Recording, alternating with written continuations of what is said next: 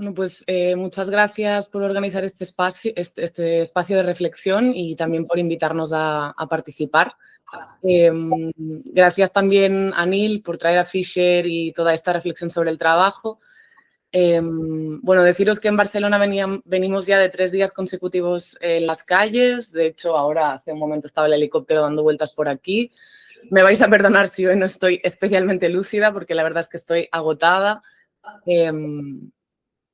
Bien, yo soy Clara, formo parte de Habilis desde sus inicios. Habilis nace la primavera del 2019 a partir del encuentro entre 3 compañeras, ¿no? En el cruce entre los feminismos autónomos de la ciudad de Barcelona y el asociacionismo juvenil. Nace del deseo y también de la necesidad muy sentida, ¿no? de un espacio desde el que pensar en colectivo y fuera de las lógicas capitalistas, pues cuestiones como el malestar, como las experiencias de sufrimiento, como la vulnerabilidad, la muerte, los duelos, ¿no?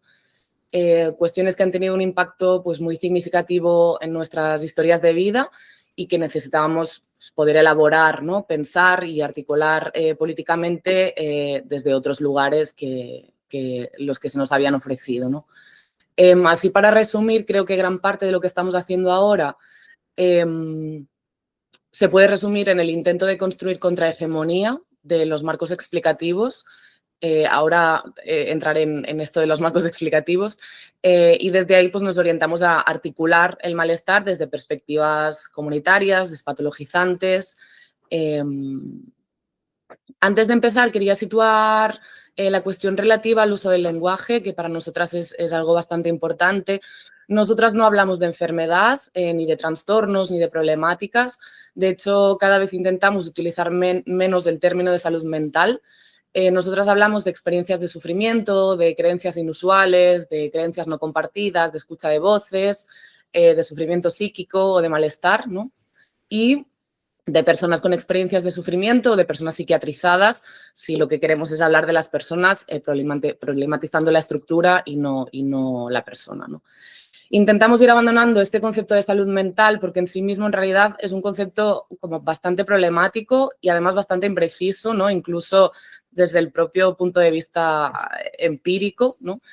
Porque ¿qué significa estar sano de la mente, ¿no? O qué es la mente y dónde está, porque el cerebro sí podemos situarlo, ¿no? Pero esto de la mente es un poco más abstracto. Y a la vez el concepto de salud mental es un concepto que hay que situar en la modernidad y en la modernidad colonial y capitalista, ¿no? Y que reproduce esta separación terrible entre el cuerpo y la mente. Voy a empezar explicando qué es esto de los marcos explicativos que nombraba al inicio. Cuando hablamos de marcos explicativos nos referimos a las estructuras de ideas, ¿no? Con las que una persona, un grupo, una institución, una comunidad, una cultura explica un fenómeno, ¿no? ¿Qué es? ¿Por qué pasa? ¿Qué hay que hacer con ello? Y los marcos explicativos son, por lo tanto, pues estructuras mentales y también culturales que orientan las percepciones, ¿no? Son aquellos modelos que moldean la manera como pensamos y también cómo atendemos, ¿no? a los malestares y los sufrimientos contemporáneos, y a la vez son un conjunto de valores, de imágenes, de lenguaje, de relatos que utilizamos para dar sentido a nuestra realidad, ¿no? Son como unas gafas a través de las cuales vemos el mundo e interpretamos los fenómenos que ocurren en él. En nuestro caso, los marcos explicativos se han construido en relación a las lógicas propias de la modernidad, ¿no? Y en este sentido, el marco dominante es esto que conocemos como modelo biomédico. En general, la relación histórica de nuestras sociedades, ¿no? De las sociedades occidentales con la diferencia es bastante problemática. Vamos a entrar ahora en la vinculación entre salud y trabajo, que ha ido muy bien esta presentación anterior que ha hecho Neil, porque voy a recuperar muchas de las cosas que ha traído. Para comprender esta vinculación hay que ir un poco atrás y hacer un poco como una genealogía, ¿no? Del tratamiento de la diferencia, o al menos tratar de historizar un poco, ¿no? Cómo hemos llegado aquí. Me permitiréis ahora que haga un salto en el tiempo y me vaya a la Edad Media tardía, justo antes del salto a la Edad Moderna. donde todavía estamos en un contexto marcado por la expansión del cristianismo en Europa y en la península ibérica, ¿no? Y en un momento en el que la locura se está redefiniendo como brujería, como manifestación demoníaca, ¿no? Hay un momento histórico clave, que es la publicación del Malleus Maleficarum en 1486. Es ese gran tratado sobre brujería del que habla Silvia Federici en su libro de Caliban y la bruja, y que explica de una manera bastante similar a como lo hacen los manuales diagnósticos contemporáneos cuáles son los síntomas, ¿no?, de las brujas y cómo hay que proceder en cada caso, ¿no? Estamos hablando del tránsito desde un contexto donde la Iglesia es la encargada de regular y de corregir las desviaciones, ¿no?, a través de la hoguera, del exorcismo, del asesinato, ¿no?, con la Inquisición como dispositivo principal, hacia otro contexto en el que ya es el Estado el que asume esta gestión, ¿no?, de la diferencia. Y el Estado lo hace dentro de un marco moral que, aunque sigue estando fuertemente influenciado por el cristianismo, se articula cada vez más en torno a la disciplina social y a la moral del trabajo. Es decir, la lógica del control empieza a vincularse con esta idea de utilidad social y de la moral productiva, ¿no? Los que no trabajan, los que no producen, los que no se adaptan, son percibidos como peligrosos y son una desviación que hay que corregir, ¿no? Siglos XVII, XVIII, con el nacimiento de los grandes hospitales, de las casas de internamiento, empieza a institucionalizarse esta mirada, ¿no? Es el Estado el que regula la diferencia bajo este marco moral estrechamente ligado al orden económico y a las necesidades de acumulación de capital, ¿no? Y en este sentido, los siglos XVII y XVIII son el gran momento de los encierros, ¿no? En un contexto en que la consolidación del capitalismo hace cada vez más difícil que la vida se pueda sostener de manera comunitaria, ¿no?, que se pueda sostener en la familia, en la comunidad, y también en un contexto donde cada vez más el Estado necesita sujetos productivos, ordenados, disciplinados, ¿no? Es decir, en cuanto los tiempos de vida y trabajo se aceleran, que es algo que también, ¿no?, mencionaba Neil, las personas dejan de producir de manera colectiva en la comunidad con mucho más tiempo disponible.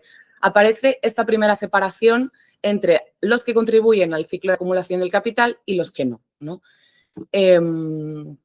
Esto hay que enmarcarlo también en una época de expansión colonial y de construcción del otro. Para mí hay un paralelismo muy central, ¿no?, y bastante interesante en cómo esta lógica colonial de construcción de un otro salvaje, ¿no?, de un otro no humano, opera en ambos casos, ¿no? De hecho, históricamente estamos ya en lo que Marx define como periodo de acumulación originaria, ¿no?, en su obra El Capital. Es este momento histórico entre los siglos XVI y XVII, ¿no?, caracterizada por la expropiación violenta de los campesinos, o sea, de las tierras de los campesinos en Europa, por la formación de proletariado sin medios de producción, que solo, ¿no?, que la única opción que tiene es vender su fuerza de trabajo, por la expansión colonial y por el Estado moderno como garante de estas transformaciones y como ente que regula y disciplina a la población, ¿no? Y en todo este proceso la concepción de la locura tiene un lugar central, ¿no?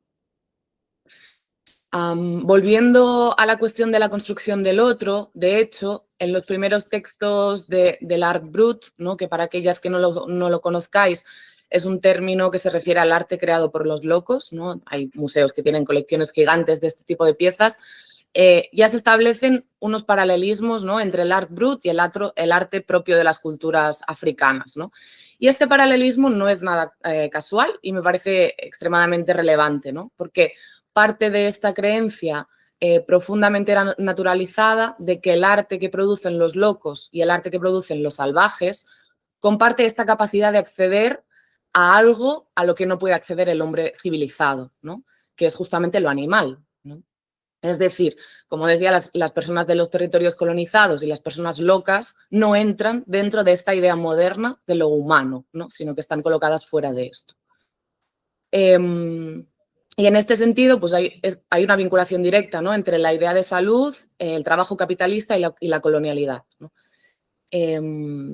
Y esto se ve claramente en este momento en que los locos dejan de ser personas endemoniadas, ¿no?, para convertirse en ese otro no humano que tiene que someterse al encierro, a la corrección moral, a la disciplina, ¿no? Exactamente del mismo modo que las personas de los territorios colonizados, ¿no? Y de hecho sufren tratamientos bastante similares, desde esterilizaciones masivas, ¿no? A ser expuestas en circos o en jaulas de espectáculos, a tratamientos morales civilizatorios, asesinato masivo, aunque obviamente el contexto sea distinto, ¿no?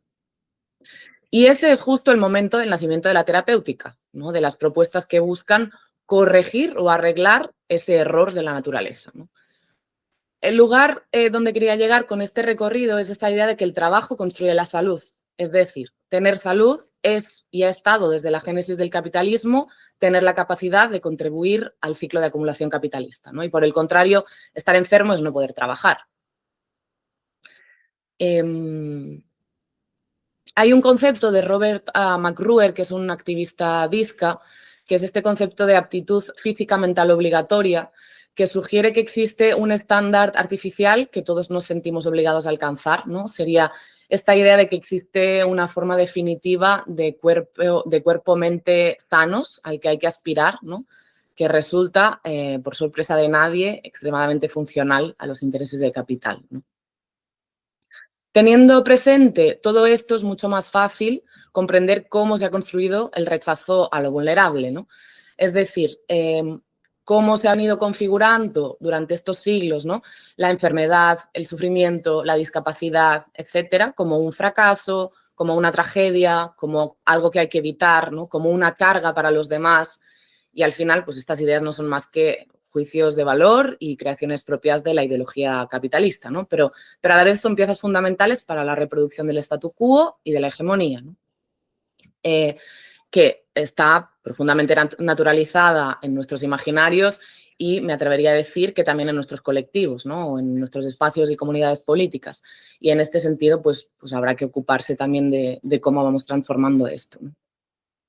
Al final, la vulnerabilidad característica de la población no productiva o de la población excedente, ¿no? Enfermas crónicas, discas, gente mayor, locas, personas en situación de calle, personas consumidoras de sustancias, ¿no? No es algo inherente a nuestra existencia, ¿no? Al contrario, es una consecuencia de las políticas del capitalismo colonial y se construye mediante operaciones del Estado muy concretas, ¿no? Que se pueden rastrear. Voy a introducir aquí también una cuestión que aparece en algunos de los textos que me estoy leyendo últimamente, que me parecía interesante poder traer hoy aquí, ¿no? Es esta idea de que mientras la sociedad considera como una carga esta población desechable, esta a su vez es un componente esencial de la economía capitalista, ¿no? Es decir, cuántos de nuestros trabajos están construidos sobre el mantenimiento, la supervisión, el acompañamiento, la gestión, la reeducación, la reinserción, la asistencia, etcétera, ¿no? de la población que ha sido descartada como seres productivos. O sea, yo gran parte de mi vida laboral la he dedicado al ejercicio de la educación social, ¿no? Y la mayor parte de veces justamente el encargo de la institución era ese, ¿no? O sea, que al final resulta que la población desechable es una fuente de beneficio y también es una fuente de extracción del capital, ¿no? Y al final la locura del capitalismo es esta, ¿no? Es en vez de pensar un sistema y un modelo de organización socioeconómico que parta de la voluntad de hacer una vida sostenible, ¿no? Y esto implicaría pues, ofrecer los apoyos necesarios para que las personas y comunidades resuelvan sus necesidades y sus problemas, pues lo que hace el capitalismo es que los sistemas de atención social se diseñen como mecanismos para que el dinero público vaya a las empresas privadas, ¿no? Escondiendo que al final pues es el mismo ciclo de acumulación capitalista lo que es discapacitante.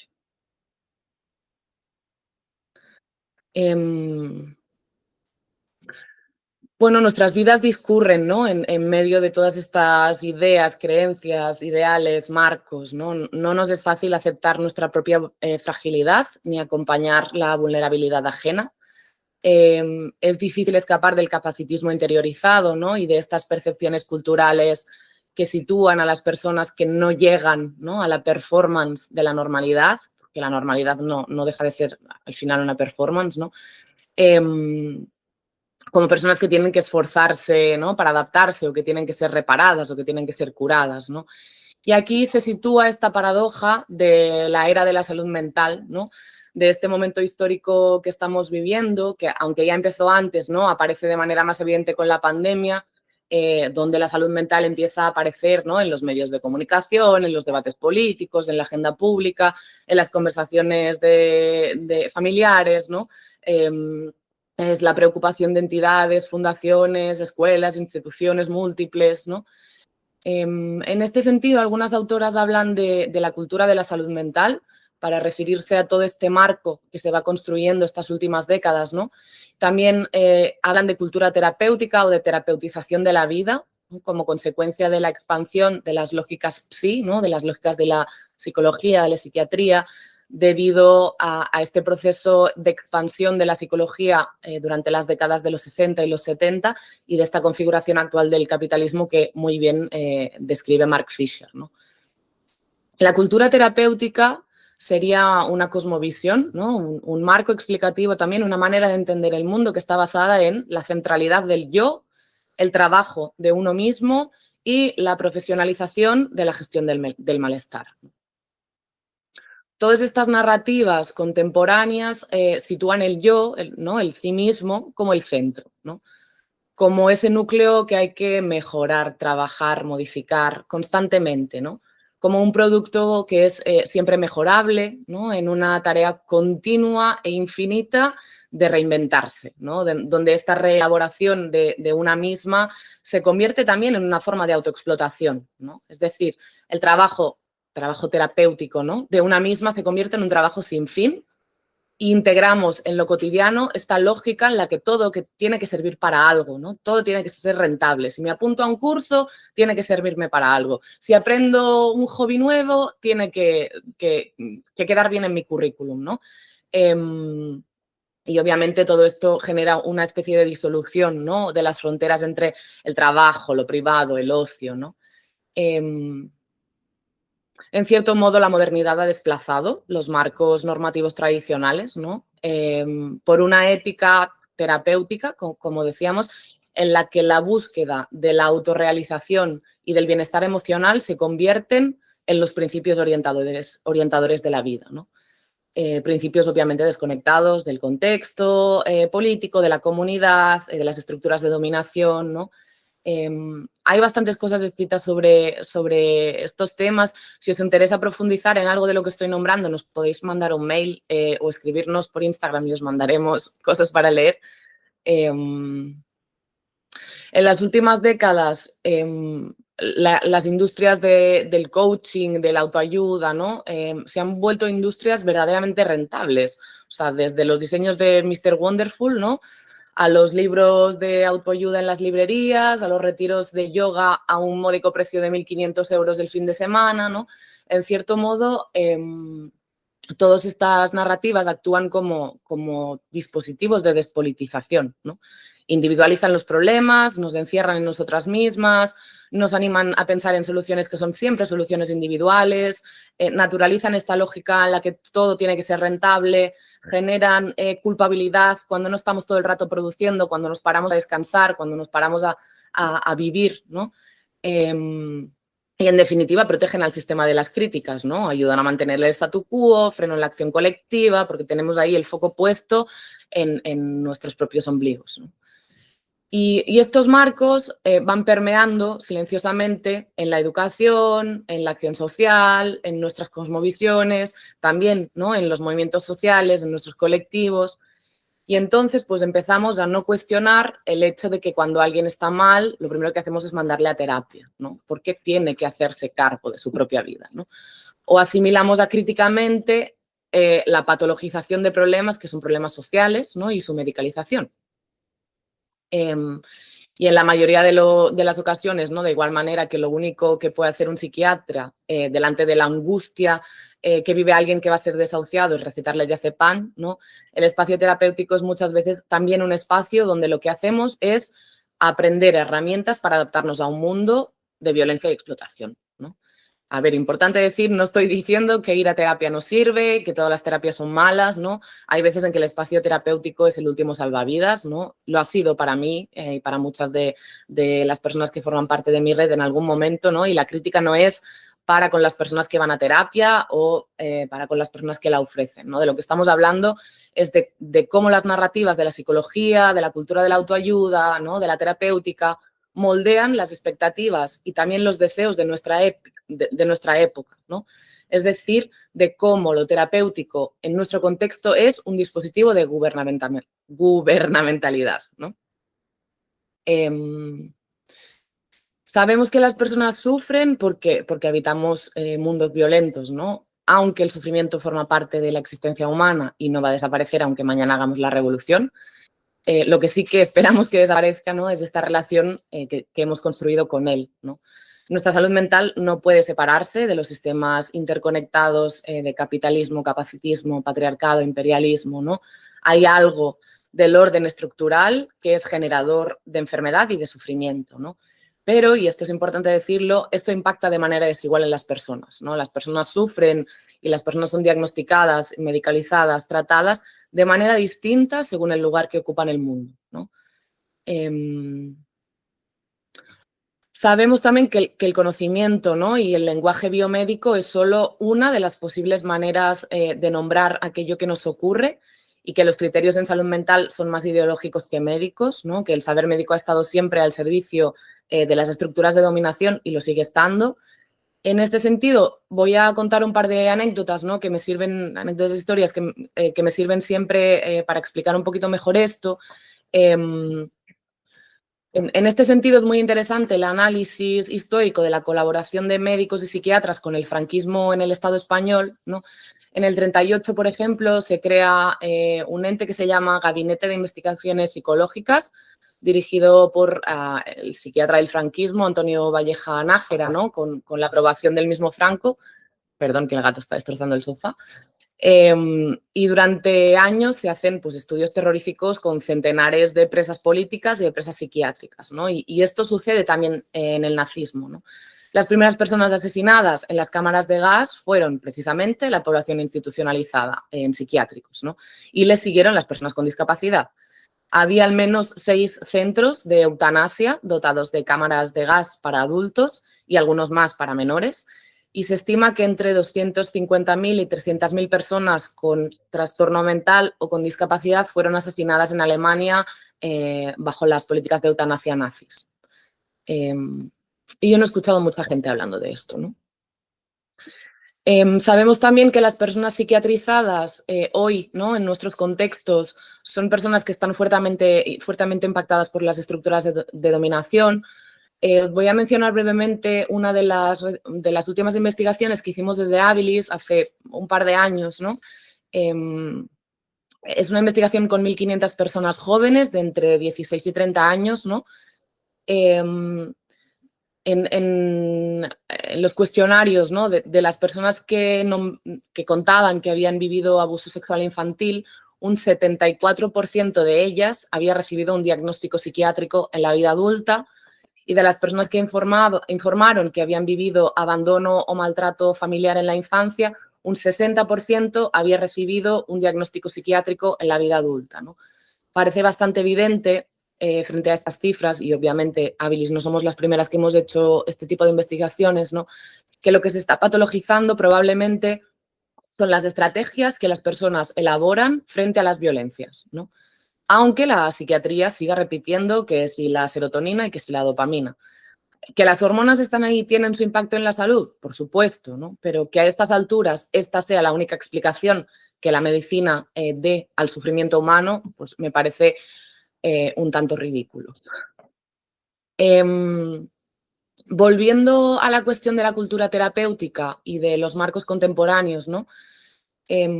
Como decía, al final los ideales del bienestar son una mierda, ¿no? Porque, como dice Santi López Petit, aplastan la dignidad del malestar, ¿no? Pero hay algo de este dolor común, de este dolor compartido, que tiene mucha potencia, ¿no? Y de hecho, gran parte de las transformaciones políticas a nivel histórico han surgido de un malestar compartido, de un dolor compartido, ¿no? Igual que muchos de los colectivos de los que formamos parte, ¿no?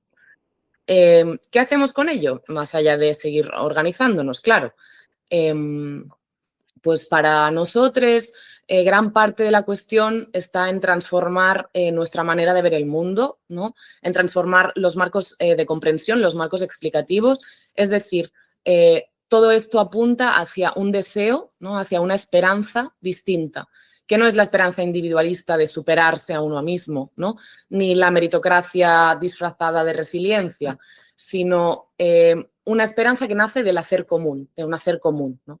Una esperanza que, por lo tanto, se construye en red, que se sostiene en un nosotras, que se niega a aceptar que la única salida al dolor sea pues, privatizarlo o medicalizarlo, ¿no?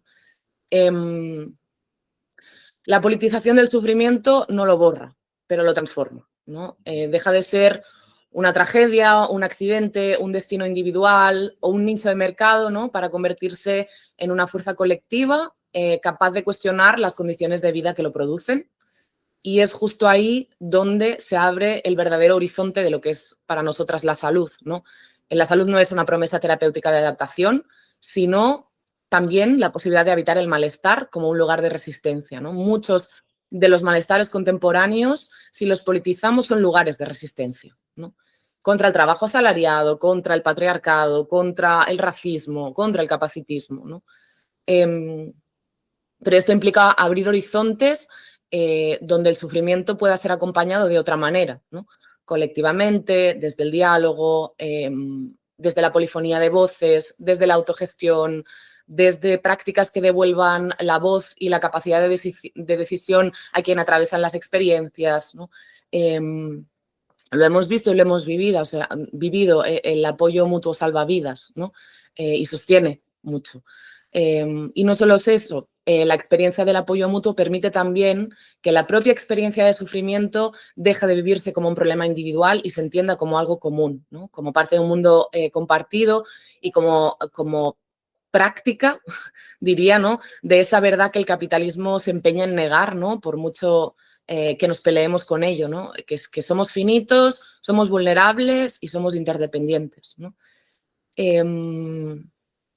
Y creo que yo lo dejaría aquí. Si os parece, abrimos este espacio para el debate. No sé si va a ser muy fácil que pueda escuchar las preguntas.